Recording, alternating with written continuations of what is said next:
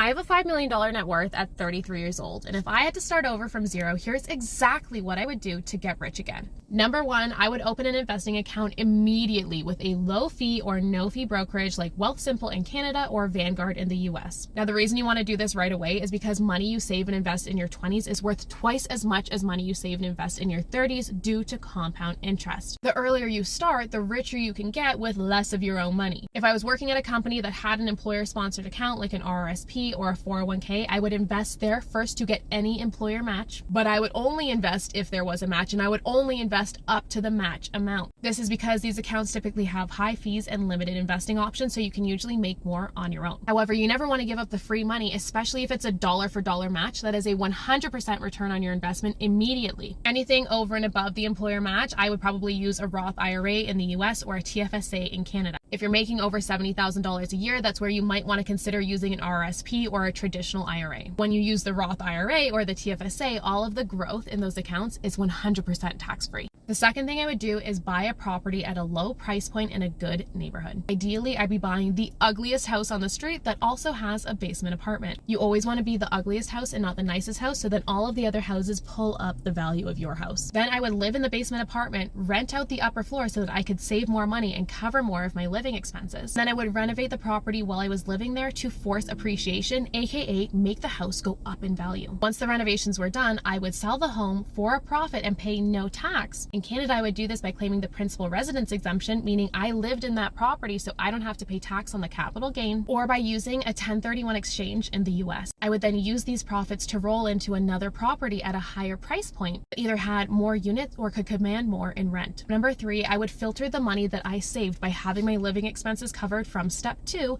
into the stock market. And I would buy 3 to 5 ETFs. I would do a US total market ETF, an international ETF, and a bonds ETF. You could also do this more simply by buying something called an asset allocation fund that has all 3 of those investments in one. Those 3 ETFs would make up 80% of my stock market portfolio, and the other 20% I would use for a dividend ETF and a REIT ETF to create more streams of passive income. This is similar to the strategy that I used to become a millionaire at 30 years old. By doing this, you'll start to make money while you sleep because the markets will do all the heavy lifting for you. If you want to learn how to build your first 6-figure bank account, take my all new free challenge, 30 days to 100K. It's 3 days of videos, 30 days of actionable tips to help you save more, make more, and start investing. Grab your spot on our website right now.